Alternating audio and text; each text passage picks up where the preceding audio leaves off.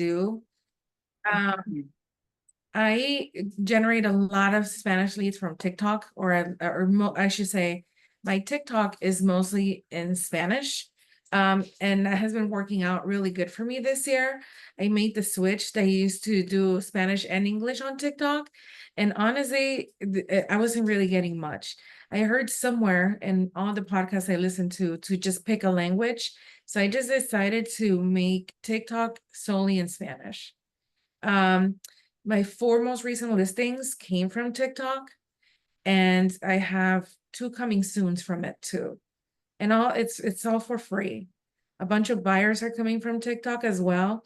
My 10 pre-approved buyers, I would say, I think 8 out of the 10 are from TikTok. And it's all free. And what I'm doing is I'm just posting home tours. That's it. And the way I'm getting listings is I post like a second time home. So it's not complicated. You know, the people that purchased in like 2021, they probably got into the first house that they got their offer accepted. And it's not the house that they loved by any means. So what I focused on, as you can see, like my price point is only 453,000. I know for those of you in California, that's like nothing, right? But that's good for my market. So the way I'm getting listings is by going to homes that appeal to those second time home buyers, right? Like something that is at least 4 bedrooms, something that's at least 2,500 square feet. If you guys work with the Hispanic community, you know that they want big backyards, no HOA, and they want to, I don't know, no big, an RV gate. That's what most of my clients want, right? They're usually construction workers that have work trucks and whatnot. So I started catering to that. I started going to those vacant houses that are at least 2,500 square feet, that have at least 4 bedrooms. And then that price is a little bit higher. That's like 500,000, which again, for us, it's a little bit on the higher end, right? Especially for my demographic, my clients. So if you want to get those second time home buyers, go record those houses that are going to appeal to them. And then you also have to know your audience, right? Like my people are not likely to buy $1 million homes. That's my avatar. Like they're not likely to go buy those. So yes, it's all fun and it's beautiful and it looks pretty. The aesthetics are amazing for a $1 million house, but I'm not going to post that every day because I know the people that I'm targeting are not going to buy that. So like you really had to know your avatar. You had to know what your people like and post according to that. And you also have to show up authentically yourself, right? Like on my videos, I call everybody comadre and compadre, and people love it. And that's what they call me. I don't even think they know my name right now. To be honest with you, I don't think they know my name because throughout the whole transaction is comadre, how are you? Even like the men call me comadre, like the older Mexican men call me comadre. And I think it's like the cutest thing, right? Like you have to find something that's gonna like stick to for you and run with it. Initially I wanted to create something like catchy like that, and I started calling everybody prima and primo, and it just wasn't working. But when I switched it to comadre and compadre, people just like loved it. So and it's authentic to myself too, right? That's I normally talk, and I don't change anything. You guys know, like Instagram and TikTok are very different. TikTok, it's all about aesthetics. Sorry, Instagram is all about aesthetics. TikTok, not so much. TikTok, just show up, be yourself, speak how you normally speak. I mean, I don't actually speak like I drop a lot of F-bombs in reality, but I don't show that in my videos, right? Like Gabe knows, I probably dropped like 25 Oh yeah. on my on. Everything she's telling you is so true. When she picked me up, the compadre, the F bomb, everything came out. She's like, "Hey, Gabriel, you know what? I'm not going to apologize. I'm sorry, but I'm not sorry. This is who I am." And that's what she's being honest with you guys right now. This is how she is. And you guys need to go watch her TikTok videos because I asked her about everything she's telling you. She was like, "Just go look at my TikTok." And I went to go look at it, and sure enough, everything she's telling you. But do you do TikTok lives? I do a lot of TikTok lives too. I'm gonna ask a favor though. Please go check out my stuff on TikTok, but do not follow me. And the reason I don't want you guys to follow me is because then my algorithm is gonna change. I don't want my algorithm, my videos then to start going out to realtors. I still want it to go to my audience. And feel free to stalk me as I any like as watch my videos as many times as you want, but please do not follow me because then it's gonna mess my algorithm up. But if you see something on there and you want to duplicate it exactly word per word, I do it. Another way I grew, I went from 4,000 followers in like April or like April, I had like 2,300 followers. Today I'm sitting at like almost 11,000. So it just happened like literally overnight. And another way I did that was by doing TikTok lives. So every Wednesday at 8 p.m., I do TikTok live. And I'm just honestly on there, just answering questions. And the comments I get are like, man, like really thank you for answering our questions. A lot of you guys put content out there and you guys don't give all the information, obviously, because you want people to call you. But how are they going to trust you if you don't give them the information that they want to know at that moment? So you might be giving away too much information, but you know what? That has my phone ringing. I had a lady calling me the other day crying, like she needs to sell her mobile home. She needs a house right now. And it's because, and then I sent her to the lender. I'm like, did she cry? She's like, no, she only probably cried with you because she feels like she knows me. She's on my Wednesday lives every Wednesday at 8 p.m. So people, the best conversion I have right now is from people that watch my TikTok lives. So as soon as you have 1,000 followers, just start doing lives and pick a day, pick a time and do it. So I've only been doing this for like 2 months, the TikTok lives, but on my third time I did it, I scheduled an appointment and this guy was like, I watch you every Wednesday. I was like, calm down. It's only been 2 Wednesdays that I've been doing this, but thank you. I appreciate it. Like, and they feel like they know me. Like I went to a listing appointment on Sunday. She's like, oh my God, I can't believe you're at my house. You're like famous. And I'm like, thank you. I'm not by any means famous. Like I don't think 10,000 followers is like an influencer by any means, but because she watches me every Wednesday, she feels like she knows me already. So we're already getting the listing agreement signed. She's talking to the lender. We're seeing how much she's going to qualify for. So like it establishes a lot of trust when you show up and you're authentically yourself. And Maria knows me. Gabe knows me now. Like they know I show up and I'm always just me. I have some questions for you. Yeah. So you said something early at the beginning of the conversation that I like a lot, and you said you need to know who your audience is.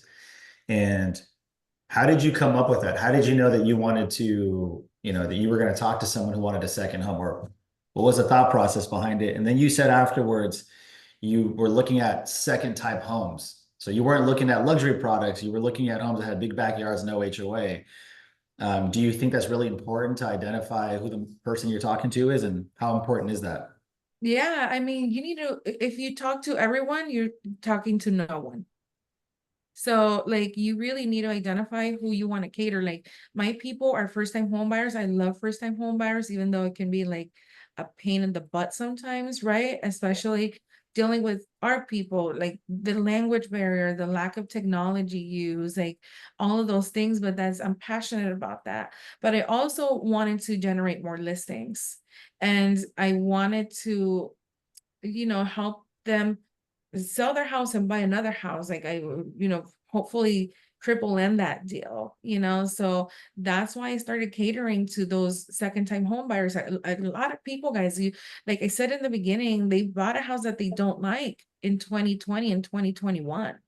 They bought the house that they first got accepted for.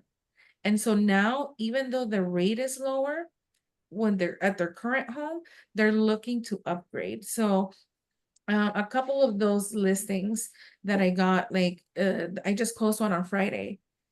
I catered to them, or they wanted to contact me because I was also posting a lot about new homes with the lower rates.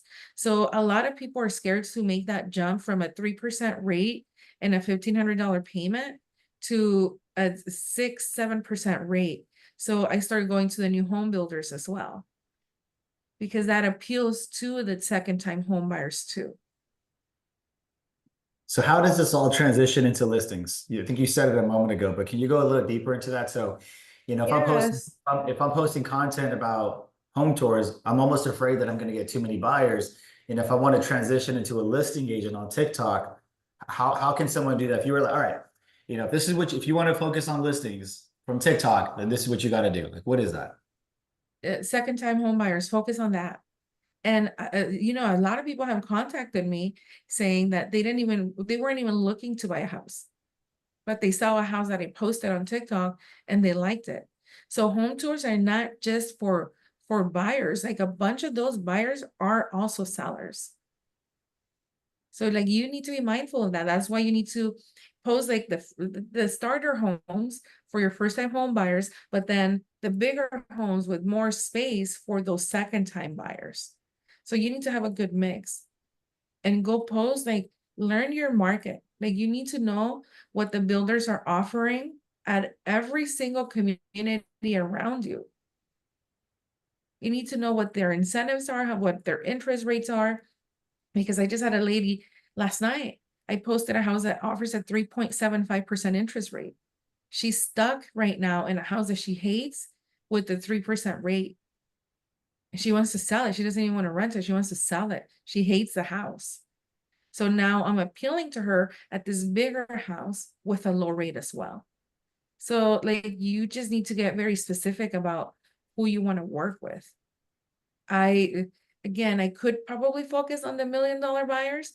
They're cool. Like, that's your price points in California. But I know my market and what I want to focus on. Probably a little harder work, but it's okay. I'm not afraid of hard work. Well, I'll tell you from California standpoint, the $1 million price point isn't the funnest either because you have $1 million price point with a 6% interest rate, and people just can't afford those type of payments. You have to Right. find very special niche. And I've always been a fan of the middle price point. I've always been a fan of the lower to mid price point because those units move quickly. Right. A starter condo, a starter townhome sells fast, and then you can get them into a $500,000-$600,000 home that sells fast. And even taking a $700,000 listing and buying an $900,000 listing in San Diego, those move quickly too. But when you start getting 950 plus in San Diego with a high interest rate, there aren't many people with the 20-30% down that can knock that down. And that payment's $8,000-$12,000 at times. So I might move to Arizona and bring my entire team, Dorley. Well, you had some competition here. I love it. I love it. All right. So I like what you said about listings. So if we want to get listings on TikTok, then we want to focus on the message, the product that they want. And look, Right. Dorley just said something that was incredible. And in marketing, we talk about it a little bit, which is your consumer doesn't know what they want until they see it. It's like, Mhm. it's the age-old trick at a shopping Right. center or a grocery store. What happens between the moment you get your cart and you start walking towards the checkout line and you stand at the checkout line and you actually buy something? There's all these items around you that you didn't even know you needed. I think the other day, my wife, she was like shopping and somehow she came home with this little mini lint roller. I'm like, why did you buy the mini lint roller? We have like 3 of them at the house. She's like, it was so cute. It was right there at the checkout line. I'm like, babe, we don't need it. But see, people don't know what they want until they see it. And so Mhm. you have to put that product in front of their face and show Right. them, ta-da, look at this house with no HOA and a 3.75 interest rate. It's like, oh, I didn't know I wanted a bigger house with a low interest rate until I saw Dorley post about it. Right. So you got to post the product they're looking for. You got to appeal to the second time buyer, someone who bought their home in 2020, 2021, 2022, got a low interest rate, hates their house, and say, hey, look, I know you probably bought your home just to get into the market. You probably overpaid for it, and you have a low interest rate, so you're probably stuck. This house right here has a low interest rate. It's bigger and better than yours. I promise. Come take a tour. Right. Like, have an honest conversation with these people and talk to them.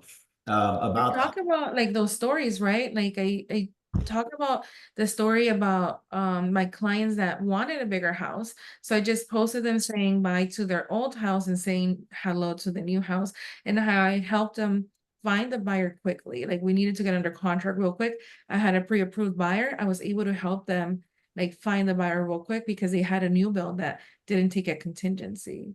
So like post those stories, post videos of yourself hanging up your signs. Your messaging has a lot to do with it too, Mhm. right? Like people have to know that you're also able to help them sell, Mm. and they're not going to know until you tell them. How do you convey that message? Uh, Like record yourself going to put a sign up at one of your listings. That's one way. Or say it like in my closing videos. I do it myself. I don't get fancy, but I do a lot of voiceovers. So in the voiceover, I'm explaining what I help them do. So Mm. then other people can listen and be like, okay, well, she can help me sell and buy another house. That's powerful. So what I heard you just say right now is, number one, identify who your target audience is. In this case, if you're looking for listings, it more than likely will be a second-time buyer, someone who needs to move up or sell their place because they don't like it or they feel trapped, whatever the reason might be, but you're looking for the second-time buyer. Step number two would be to do the property tours that appeal to those people. So what's the next level entry point for price point for that type of person? And number three, know your market and know the rates. This is part of being a real estate professional. Study your material, know the interest rates, know what all the products that are being offered in the marketplace are. Could you imagine going to a car salesperson at BMW, Mercedes, one of these places?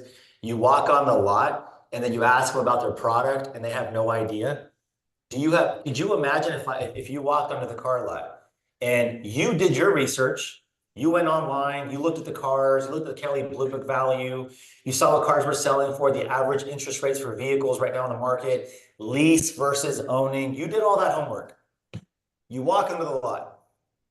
And then the car salesman, you start asking him questions about leasing versus owning, getting a 5 Series BMW versus a 7 Series BMW, 4-cylinder versus 8-cylinder. You ask these questions and he goes, I don't know. I'm not really sure. Let me get back to you on that. And doesn't have the answers. Versus walking on a car lot and someone says, hey, what's up? What are you looking for? Oh, I'm thinking about the 7 Series. Really? Have you thought about the 5 Series? We have these type of incentives on them right now. You can actually get a lower rate with a lease on a 5 Series than you can with the lease on a 7. And they just start giving you the information without you having to ask. Now you feel like you're in the right hands of a professional. Let's change the script a little bit. What's it like when a seller comes to you and asks you questions about the market in their neighborhood? What if someone walks into an open house that you're hosting? Do you know the house well enough? Did you know that the house 3 doors sold about 6 months ago? Did you know that they offered concessions? Did you know that the AC unit isn't working? Did you know that the solar is leased? Do you have all the answers to these questions that they're going to ask you? Is this on septic? Are we on sewer connected? Is the utilities, how many amps are the panel? And if you're finding yourself answering these questions like, well, I don't know, let me think about it. Good question, let me get back to you. Like we're taught to do in sales, you have to do more research. We have to do better as a group by stepping up our level of professionalism and training ourselves on knowing what's out there. And it's no surprise that Dorley's killing it right now because she's taking the time to do what 99% of people won't do. And that's just a little more research, a little more homework, a little more studying. And what do they say? What's the difference between someone who's ordinary and extraordinary? The difference between someone who's ordinary and extraordinary is that little word extra. You just got to do a little extra and you'll become extraordinary. You'll have extraordinary results. I'm super excited here. I'm glad that we had a chance to have you on today's call. I want to open up the chat a little bit for a few questions over the next 3 minutes, and then we'll let you wrap up everything with your final thoughts on that. Team, do we have any questions for Dorley in the chat? Let me take a look. No questions in the chat. Okay. Connect personal bud. Let's see here. We got, I like Dorley, admire that you guys are a specific audience. Perfect. Dorley's the best. Love how authentic you are. They just love you. Everyone just loves you. If you guys have any questions, drop it in the chat. Yeah, Go ahead, or just open your mic. Go ahead. I got a question. Dorley, Awesome. Thank you for sharing. By the way, here's a quick question that I think a lot of my clients deal with is how do you deal with rejection? From, How do I deal with rejection? huh? Yes. I was born in a Mexican household and I have tough skin. I don't know how else to answer that, honestly. Do you just not let it bother you? Is that what you do? You just kind of like, you No, realize, every no gets you closer to a yes, okay. and So uh, just, so just uh, by changing your mindset, just not taking it personal, that yeah, enables you to move forward. Is that what you're saying? yeah, seriously, like, I just have tough skin, I guess. I love it. Oh, that's I don't know. appreciate your honesty. Thank you. Yeah, no problem. Our first bullies were our parents, so we're gonna be fine. Hi everyone, this is Rocio. Hi Gabe. I don't see I have a, you. I have a question for Dorothy. So when did you, how long did it take you to actually see the results? Like, I know you mentioned being consistent, but did it took you a year, a few months, or like from the point It you took me started like 4 months. uploading, yeah, the tours? Yeah, like 4 months to start seeing people. And another thing I always say is everyone, yes. Like if people like my people, Hispanic people, they want to meet in person. Meet them in person. It's your job to meet them in person. Like they're not gonna sign that buyer broker agreement if you don't establish trust with them. So make an appointment. A lot of those people are not ready, but guess what? Nobody else has taken the time to sit down with them and explain what the process could be. And I got referrals from people I haven't even helped just because I met them face to face in my office. Okay. Thank you for Yeah. answering. Thanks. Maria Rocha has a question. Maria, what's up? Hey y'all. Hey, cutie. Hola, Dorothy. Hola. Oh my God, you have me cracking up, girl. I had a question because I know I actually did my first TikTok live Mondays. I Okay, took your buddy. advice and I'm going live Mondays. Do you do anything extra to make sure like it pulls in like people from where I'm at in the areas I service? Or do you feel like you're just whatever you post, like your tours just kind of attract or that brings the algorithm to them? Yeah, so make sure that you tag a city Okay. where every home tour that you're doing. Okay. Yeah. Okay. But other than that, I'm not doing anything different. You just, even if there's one person there, Maria, like just show up. Yes. Thank you. I had And one ask person. them, yeah, ask them to share it. Hey, please share this with somebody else that you think can, need some answers to how to buy a house or whatever. I love that. I think I was like silent for a hot minute on my first one, but I like people started coming in as soon as I started talking and had people like wanting to hop on. Mhm. So it was really cool. So thank you for that. You're welcome. Okay, we have a question. Do you ever get weirdos from social media? How do you screen weirdos out? Make sure they're truly interested buyers. It's an online lead. I mean, you do get weirdos, I would say get forewarned. I don't know. I think the best way to make sure that they're truly interested buyers is schedule a consultation at your office. And make sure that, get good vibes. If they don't want to show up to your office, they're not that serious. I would, from a male perspective, I want to add this. And Dorley, maybe you can help me. Let me know what your thoughts are.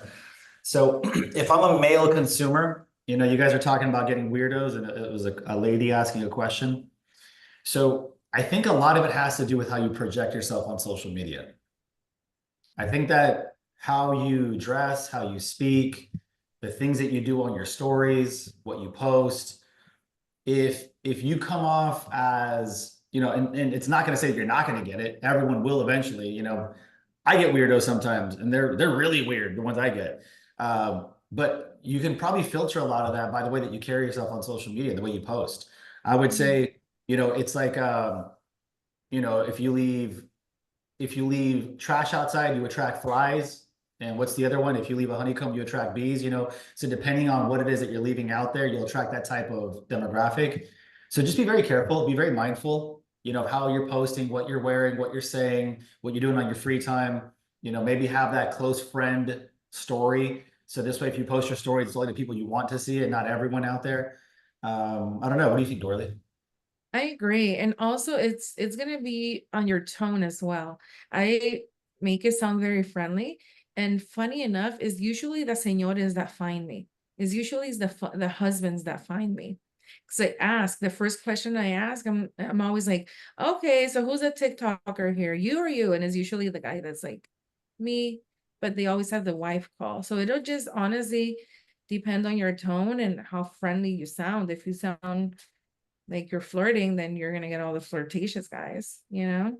But mine is like comadres, compadres, and I'm always in the video. I address both. Comadre, look at this, compadre, look at that. So it'll have, I mean, yes to all you said, but also your tone.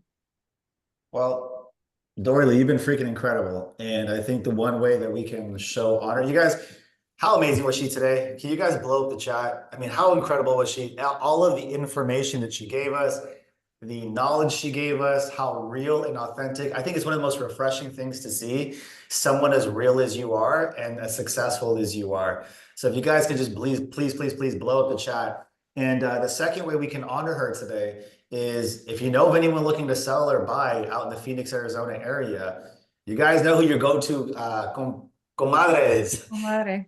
Contact Dorley. Yeah, Uh, please do. so Dorley, I mean, you're in the WhatsApp chat. Maybe you can drop your number, you can drop your email, Yeah. and this way everyone knows who you are. Again, drop it in the chat here today, and do that. But you know, looking at the chat, just everyone's loving you. I mean, Thank you, appreciate so it. much. I'm awesome, very informative, great.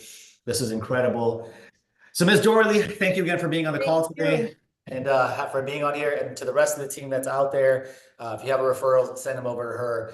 And last thing is this, we have the 2025 business plan coming up with Veronica Larrea. If you guys haven't signed up, sign up for it. It's 12 weeks of intense high-level accountability. So if you feel you need that, join.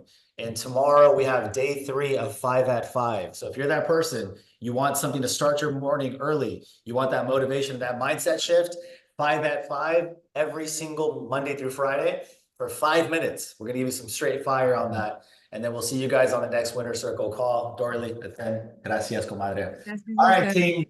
See y'all later. Bye. Bye, everyone.